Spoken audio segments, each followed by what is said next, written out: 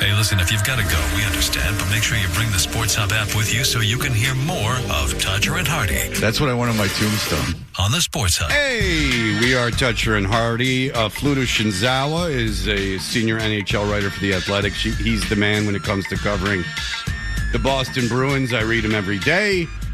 Of course, the Boston Bruins look to try to right the ship tonight at 7:30 in Buffalo. You can hear that game on our airwaves this evening. Fluto, hello, sir. Good morning, Fred. Hey, nice talking to you. Now, not such a good outing. About as bad as you could possibly look in that certainly that first period 2 days ago. The worst period, hands down, no discussion of the whole year. It was a full amateur hours worth of play in 20 minutes. It was just, and it kept getting worse, Fred. You think, okay, 1 goal, 2 goal, okay, this is where they dig in and push back and at least tilt the ice. But no, it was just the entire 20 minutes, start to finish, and the puck play was just outrageously bad, and just not professional the way that they managed the puck. And this was some of your best players. This was McAvoy bombing that pass to his partner. This was Hampus Lindholm, just a pop-up right up the middle of the ice trying to clear the puck. So it was clear to see where their issues were. They were entirely in their own zone. They give the goalie zero chance to be a difference maker, and it's lights out after 20. The game was over. You got to start preparing for the next game, and here we are for Game 5. The thing that really bothers me about this series, Fluto, is the missed opportunity in Game 1, and they scored first in Game 3 too. In a perfect world, it could be 3-1 the other way instead of 3-1 down. Yep, for sure, John. But it's going the wrong way. I don't think they were at all displeased. Aside from the outcome, the way that the style in which they played Game 1, they were pleased with everything that in terms of the execution. Game 2 obviously went their way. In Game 3, you could say, oh, this is where Buffalo is starting to look like Buffalo, and then of course Game 4. So you can see it. Just the momentum of the series is completely slipping away from the Bruins. So it's not headed in a good direction. Granted, it's just you have to win one game, and they can certainly do that. They have that spirit that they've shown all year in terms of being a team that doesn't quit. That's going to fight.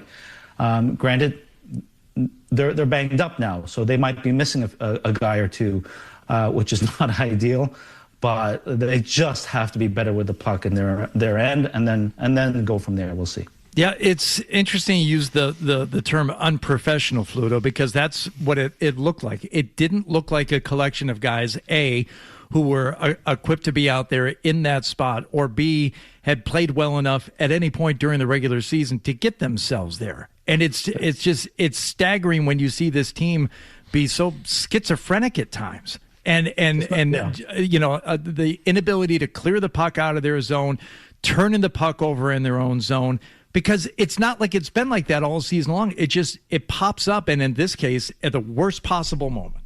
That's exactly right, Hardy. The worst time, the worst situation. And yes, it was not like Buffalo was really pressing the issue either. Like Jordan Harris has plenty of time to come out. I was talking to him about it yesterday, the play where he gives out the puck. Well, if he thought maybe if he goes out the other end or behind the net, then he's not in trouble. But he goes out the other way, and then all of a sudden you just see the wheels start coming off, and next thing you know, Benson goes in, backhand, boom, it's 3-0. Charlie, take a little bit more precision with your pass and make that it's an easy play. He's not under pressure behind the net.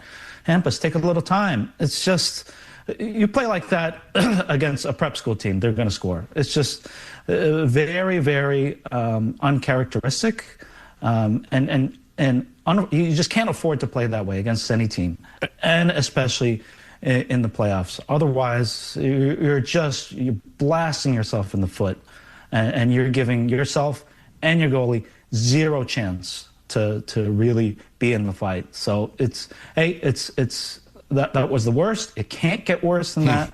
So they'll be in a better position tonight for Game 5. I understand it's part of the package with Nikita Zadorov. Some of it is anyway. With 48 hours to think about it, can you explain what he was thinking at the end of the third period of the last game? And are he and Victor Arvidsson going to play tonight? I don't know about Nikita. He didn't practice. He was there at the rink. He was getting treatment. So yeah, he just hasn't been skating with the same pop as we've seen him skate all year. So who knows? That would be a big loss. Same with Victor. Casey Middlestat, his line mate, he made it sound like that wasn't going to be a possibility for Victor to play. So I don't know. And they're not going to skate this morning, so we won't know until later this afternoon. Marco's scheduled to just chat later this afternoon. So perhaps he'll tip his hand there. In terms of the play, who knows what Darlene said? Maybe he popped off and said something, because you can kind of see on the replay, it's a stoppage. They're circling around, and then Nikita goes after him with the stick, and then the punch. It's just pointless. I think he's lucky that the refs called it the way they did with the 5-minute major, the game misconduct. So it's all there, and then he gets the fine. That's that. But yeah, regular season, that's maybe he's sitting the next game. So it's just pointless. And I understand. Hey, I like the old school stuff where you fight and you scrap and you send a message, but it's a different game now. So you just can't do that. That's not how the league is. 2/3, 3/4 of the roster on both teams are not built that way. They're not designed for that kind of stuff. So it's just stupid. Okay, what happened in practice yesterday? I guess uncharacteristic practice. I guess unusual practice. It got hot. Yeah, it got hot. It was the play that I saw. They're down low and they're going at it. Corrali knocks off Peake's helmet, and Peake he got pretty fired up. He was trying to chase Corrali there, and then the drill wraps up. They go back to the blue line, and Peake gives Corrali a shot with a stick right in the chest, and they're yapping, and then Kaslik breaks a stick, and then practice is over. They're all hugging in terms of they let Peake and Corrali lead the stretch in the middle, and they stick tap, and away we go. But you can understand, right? Everybody's angry. Everybody's looking for some kind of fight, some kind of edge, some kind of spark. So yeah, it's you don't see that very often, if at all. I don't recall seeing it at all this year in terms of teammates going after each other, but you can understand why. It can't hurt. And so in terms of Swayman, a lot is being made about what he was yelling at the end of the game. And I don't know, the whole dynamic going on there. Do you have any insight into what was going on with that? Well, Jeremy said that's just emotion of the moment that he said there's a high standard and it wasn't met. So yeah, plain as day, right? And if you're the goalie, and I was surprised that Marco didn't hook him after the fourth. And if not then at least let Jonas start the second. So, and then, I didn't even see the fifth and sixth goals just because the game was over by then. But yeah, you can understand why. He's ticked off, and he had every right to be. No chance, zero chance. And he's your real number one difference maker, the guy that is able to turn losses into wins, and he was never put in that situation where he can influence the outcome just because of how badly his teammates were playing in front of him and giving him zero chance. So yes, I would have given him the last 40 minutes off. Hey, clear your head. We're going to need you for Game 5 to be at your best. So maybe he was a little angry about that too. But hey, that's goalie life for you. It's all your fault, and you can understand why he was angry. I wouldn't want you trying to get in the head of a goalie, especially during a playoff series, but would you consider making a playlist for Marco Sturm? As Diana Rossini did for Mike Vrabel during a certain time presumably some years ago. Is that something you would consider? And if so, Fluto, what songs would you put on the playlist for Marco? Good question. Oh, geez. Well, Marco, he's German, right? So maybe some of that heavy stuff. Who knows? Hey, this is Kraftwerk? Well, Kraftwerk's not heavy, but maybe you confuse him with electronic music. Absolutely. All right. Well, Fluto Shinzawa, look, hopefully they can extend the season tonight. Maybe that little dust up in practice is a spark that they can take into the game. It certainly is interesting, and good job covering that.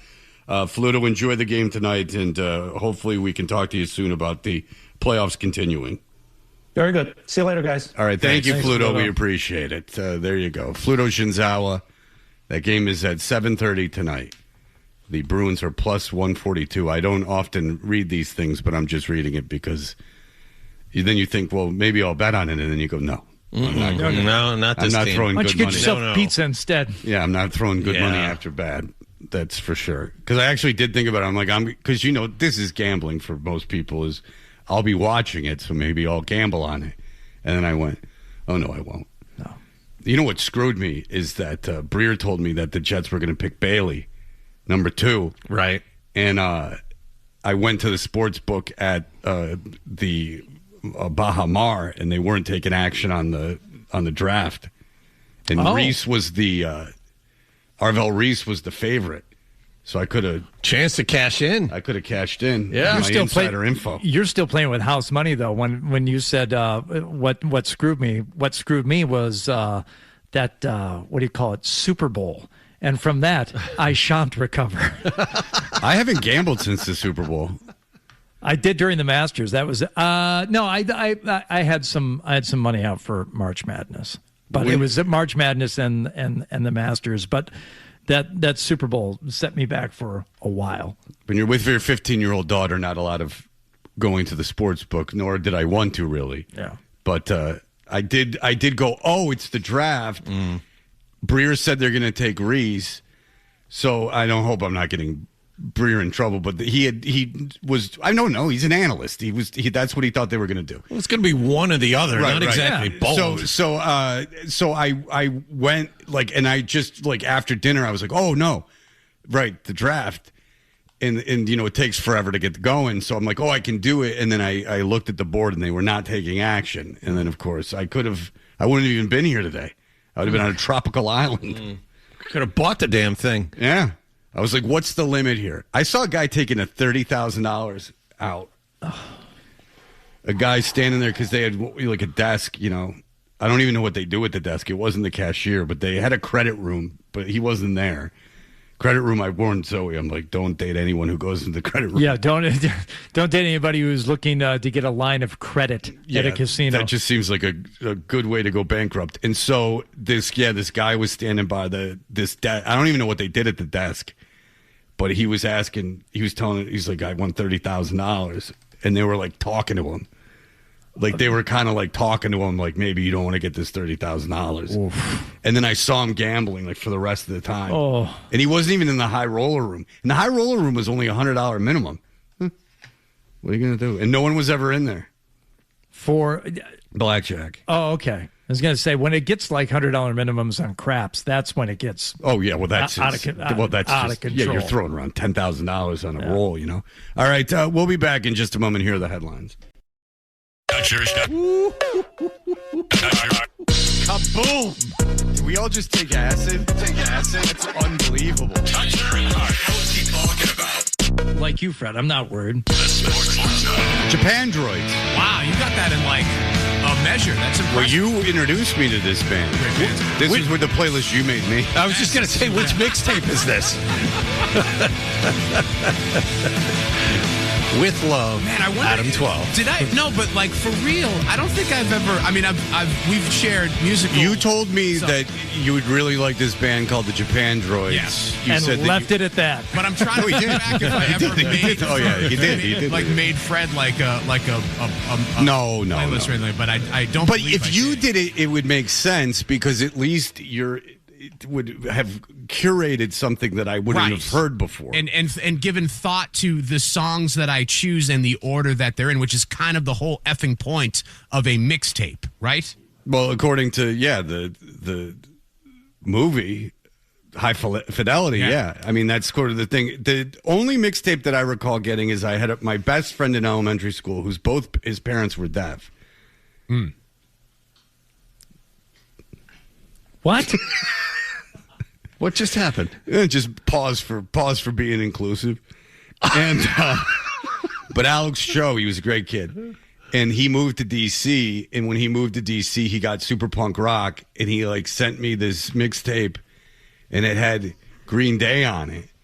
And I was a big Descendants fan, so I was like, "Oh, Green Day is great," but I couldn't find any of their crap. Did you want like even a momentary like sarcastic amount of credit for being friends with a kid whose parents were deaf? You know who moved to DC and didn't get into the punk scene? Paul Perry. Oh, it's He didn't even point. know that Phil. club exists. Sorry, Phil. It's Phil. Phil. But Yeah, I wanted a little credit. Yeah. Yeah, I was friends with the guy's parents were deaf. Hello. Yeah, the kid's a loser. No. See, that's the attitude that I'm trying to switch. Hardy at 985thesportshub.com. Yeah, I was friends with kid, both parents deaf. Don't worry about it. I didn't make a big deal about it. Even when he took us 20 miles away to the movies and there was no calling him to pick us up. When you call his phone, he just went TTY line, right? Yeah. Strobe lights flashing. Yeah. But they could feel the vibrations in the house. Like we always would That get. should have been on that playlist. Marky Mark. Well, if Alex, if Alex Vibration. would have made it, he would have done that. So, we'd be having a sleepover, and he'd be like, "Settle down, my parents they can't hear Alex. Like, shut up." And he's like, "No, they can feel the vibrations." And then we'd be like, "I get out of here." And sure enough, his dad or mom, his dad went deaf. His dad used to be able to hear. He went deaf in the Korean War, and he was old. And but his mom was deaf. And then he moved to Gallaudet, moved to DC to teach at Gallaudet. There you go. Yeah, I was friends with the kid. Don't worry about it. Stay in touch. And he sent me the Green Day thing, and then so I went, "Oh, they're good," but I didn't really pay attention. And then fast forward to college, and I'm in this girls' room, and there's a Rolling Stoner Spin magazine, and on the cover there's Green Day, and I'm like, "Huh?" This is how out of it I was. I'm like, "What?" I'm like, "I think my friend sent me a tape of these guys like 8 years ago," and she's like, "Yeah, they have the biggest album in the world," and I'm like, "I don't know what's going on. I'm in college. I have no idea what's going on. I don't know anything." It is fascinating that you did the opposite of what most people do. Yeah, be friends with the kid. Yeah, Been a disability advocate since Despite you he were a was- kid. It's impressive, man. absolutely. Despite him Thank you. being such a zero, on account of them, Adam, this is the attitude on that. account of them deaf parents. No, he's a terrific kid, and it just took time for someone. No, he wasn't. To let him in. He was fantastic. That kid was a piece of garbage. He was His my best parents friend. couldn't hear. We used to dress like the Blues Brothers on Friday. Towing the line there, buddy. Super cool. Super cool. Kid's trash. Nope. He was fantastic. And this is the attitude I'm trying to get over. But I didn't even nonetheless. bust his balls too much on account of him having parents who were deaf. Nope. It didn't even occur to me. I was that open-minded even at that age. Fred learned basic ASL so that he could communicate with his friend's No, parents. he did not. He did. No, he did not. Took a class at the library on weekends. Of course he did. So we were in the car I one can time. spell my name in ASL. I think I can too. That's what my son did for his whole winterim at his school, is learn sign language. Wow. And so we're in the car one time, and he actually moved in 6th grade. And so me and my friend from 6th grade, Craig Turnbull, and I are in Alex Cho's car, and his dad's driving. And we're talking, and we swear. And Craig goes, "Wow, what? Shh, like, don't swear." And we're like, "Dude, Alex's dad's deaf. He can't hear." And he goes, "Really?" And we're like, "Yeah." And he goes, "F." And then we're like, and he's like, he's like, "S, a-hole, F and a-hole." And then he starts putting up middle fingers. He's not blind. We're like, "No, he can see that. You're just smart. flicking the guy off at this Need to know point." ASL to know that one. No, and I learned. Guess what this means? I don't know. BS. Oh, yeah. Oh. Ryan beat me. Oh, That's yeah, interesting. yeah. Did you know that, Ryan? Yeah, he did. You know this? That might even be wrong. But you know this. Yeah, that's far. Finger man. That's far. What else do you know? Hey, Alex. 27. You like to make signs, huh? Is this time for you? Here's a sign for farting. Here's a time for BS. Finger man. Orderly. I heard about you. Orderly, right? Let's say dirty stuff. Let's say He's a finger man. I'm the finger man too. Let's say dirty stuff. Diarrhea. All right. Let me see if I can make you laugh. Let me see your top signer. She can talk to anyone, G. All right. We will be back. We have a fun game to play in just a moment.